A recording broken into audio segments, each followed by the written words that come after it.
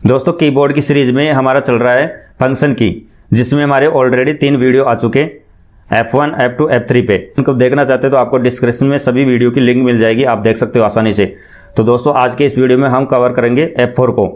तो यहाँ पर F4 का हम कॉम्बिनेशन करेंगे शिफ्ट के साथ, कंट्रोल के साथ, ऑल्ट के साथ। तो दोस्तों मैं महेश कुमावत आपके अपने चैनल MK स्मार्ट ज्ञान पर आपका हार्दिक स्वागत करता हूँ। दोस्तों आज के इस वीडियो को अब स्टार्ट करते हैं।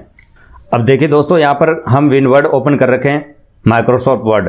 अब यहाँ पर मैं डॉक्यूमेंट में काम कर रहा हूँ, मतलब टाइप कर रहा हूँ, पैराग्राफ तैयार कर रहा हूँ। मुझे इसे क्लोज करना है। जो यहाँ पर टास्क ओपन कर रखा हूँ माइक्रोसॉफ्ट वर्ड का, इसको मुझे क्लोज नहीं करना। मुझे यहाँ पर क्लोज करना है केवल मैं जो पैराग्राफ टाइप कर रहा हूँ, इसको ही, इस डॉक्यूमेंट को क्लोज करना चाहता हूँ। तो मैं क्या करूँगा, यहाँ पर कंट्रोल F4 की मदद से क्लोज कर सकता हूँ। यहाँ पर सेव, डोंट सेव करते हैं। यहाँ पर जिस पैराग्राफ पे मैं काम कर रहा हूँ वो पूरी तरह से क्लोज हो गया। लेकिन यहाँ पर हुआ क्या, जो मैं टास्क ओपन कर रखा हूँ माइक्रोसॉफ्ट वर्ड, ये पूरी तरह से क्लोज नहीं होगा। कंट्रोल F4 की मदद से पूरी तरह से क्लोज नहीं होगा। लेकिन जो हम वर्किंग कर रहे हैं जिस भी डॉक्यूमेंट पे, उसको हम पूरी तरह से क्लोज कर सकते हैं।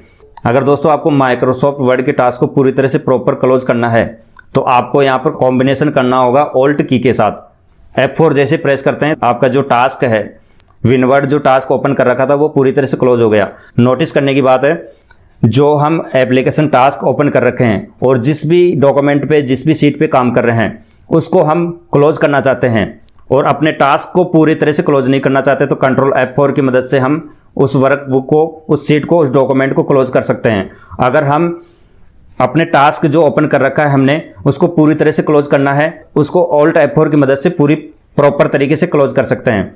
अब जैसे यहाँ पर एक्सेल में भी ऐसे ही होगा। एक्सेल में इसको क्या बोलते हैं, वर्कबुक, और विनवर्ड में क्या बोलते हैं, डॉक्यूमेंट।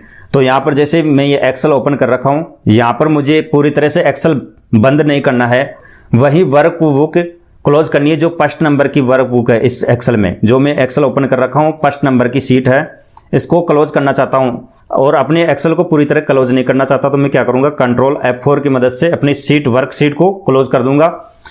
लेकिन यहाँ पर हुआ क्या, जो मैं जिस वर्क सीट पे काम कर रहा था उसको क्लोज कर दिए यहाँ पर कंट्रोल F4 की मदद से। जो यहाँ पर एक्सेल का जो टास्क ओपन कर रखा है मैंने, इसको प्रॉपर तरीके से पूरा क्लोज करना है, तो मैं क्या करूँगा, ऑल्ट F4 की मदद से क्लोज कर दूंगा इसको। ठीक है दोस्तों। अब दोस्तों हम कॉम्बिनेशन करेंगे शिफ्ट के साथ F4 का। अब जैसे दोस्तों मैं अभी यहाँ पर हूँ, अपना कर्सर कहाँ पर है, अभी जो बिलिंग कर रहा है यहाँ पर है। अब मुझे फर्स्ट पैराग्राफ की फर्स्ट लाइन पे स्टार्टिंग में जाना है यहाँ से, तो मैं शिफ्ट F4 की मदद से यहाँ से वहाँ तक पहुँच सकता हूँ डायरेक्ट, बिना माउस के। तो डायरेक्ट पहुँचने के लिए मैं क्या करूँगा, यहाँ पर शिफ्ट F4 जैसे प्रेस करता हूँ तो देखना ये वाला बिलिंग हो रहा है ना, यहाँ पर पहुँच जाएगा फर्स्ट लाइन पे स्टार्टिंग में ही। तो जैसे मैं शिफ्ट F4 प्रेस करता हूँ तो यहाँ पर नोटिस करेंगे आप, जो अपना यहाँ पर नीचे बिलिंग कर रहा था वो स्टार्टिंग में आके बिलिंग करने शुरू कर दिया। ठीक है दोस्तों। तो इसका मतलब है शिफ्ट F4 किस लिए काम आता है, जिस भी पैराग्राफ में या किसी भी लाइन पे हो और आपको स्टार्टिंग पे, उस पेज के स्टार्टिंग में फर्स्ट लाइन पे जाना है, तो आप शिफ्ट F4 की मदद से डायरेक्ट जा सकते हो डॉक्यूमेंट में, माइक्रोसॉफ्ट वर्ड में। ठीक है दोस्तों। अब एक्सेल में जैसे ये क्या काम करेगा, एक्सेल में शिफ्ट F4 को समझने के लिए सबसे पहले हम क्या करेंगे, जैसे यहाँ पर इस सेल में किस कॉलम पे हैं, आई वाले पे, यहाँ पर है रो पे, कौन से रो पे, 12वें नंबर के रो पे हैं हम। अपना कॉलम कौन सा है, आई वाला। यहाँ पर आप प्रॉपर नाम देख सकते हो, I12 पे हैं हम अभी इस समय।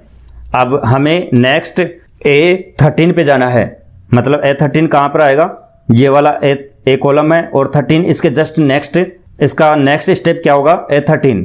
अब जैसे यहाँ पर इस कॉलम में आएंगे तो ये कौन सा कॉलम, नेक्स्ट स्टेप कौन सा होगा इसका, 813। तो 813 पे आने के लिए क्या करूँगा, यहाँ पर डायरेक्ट शिफ्ट F4। अब जैसे शिफ्ट F4 करा यहाँ पर मैं, तो यहाँ पर क्या पहुँच गया, बिगिनिंग पे पहुँच गया, मतलब स्टार्टिंग में, जहाँ से मुझे स्टार्ट होना है। अगर आपको स्टार्टिंग में जाना है, बिगिनिंग पे जाना है, तो आप शिफ्ट F4 की मदद से जा सकते हो। तो दोस्तों आपको समझ में आया, यहाँ तक क्लियर है दोस्तों। अब दोस्तों यहाँ पर सीखेंगे हम, जैसे डेस्कटॉप पे हैं अभी, हम अपने सिस्टम को बंद करना चाहते हैं, तो हम कॉम्बिनेशन करेंगे यहाँ पर F4 का ऑल्ट के साथ। जैसे मैं यहाँ पर ऑल्ट F4 प्रेस करता हूँ दोस्तों, तो आपके सामने एक मैसेज आएगा शट डाउन का, window shut down. Alt F4 की मदद से आप अपने सिस्टम को बंद कर सकते हैं। यहाँ पर जैसे यहाँ पर स्विच यूजर है, साइन आउट है, स्लीप है, शट डाउन है, या रीस्टार्ट करना चाहते हो या शट डाउन करना चाहते हो, तो यहाँ से सिलेक्ट करके आप उसको ओके जैसे करेंगे अपना सिस्टम शट डाउन हो जाएगा ऑल्ट F4 की मदद से। अगर आप कोई विंडो ओपन कर रखे हैं, टास्क ओपन कर रखे हैं, उसको पूरी तरह से क्लोज करना चाहते हैं तो आप ऑल्ट F4 की मदद से उसको पूरी तरह से क्लोज कर सकते हैं। अगर आप डेस्कटॉप पे हैं और आपने किसी भी टास्क को ओपन नहीं कर रखा है और अपने कंप्यूटर को, अपने सिस्टम पूरी तरह से प्रॉपर बंद करना चाहते हैं तो आप ऑल्ट F4 को प्रेस करेंगे तो आपके सामने शट डाउन का एक फाइल मेनू ओपन होगा और आप उसको अपने सिस्टम को आसानी से बंद कर सकते हो। तो दोस्तों उम्मीद है आज का वीडियो आपको पसंद आया होगा। दोस्तों अब नेक्स्ट वीडियो में फिर मिलेंगे, जब तक हमें आज्ञा दीजिए। जय हिंद, जय भारत।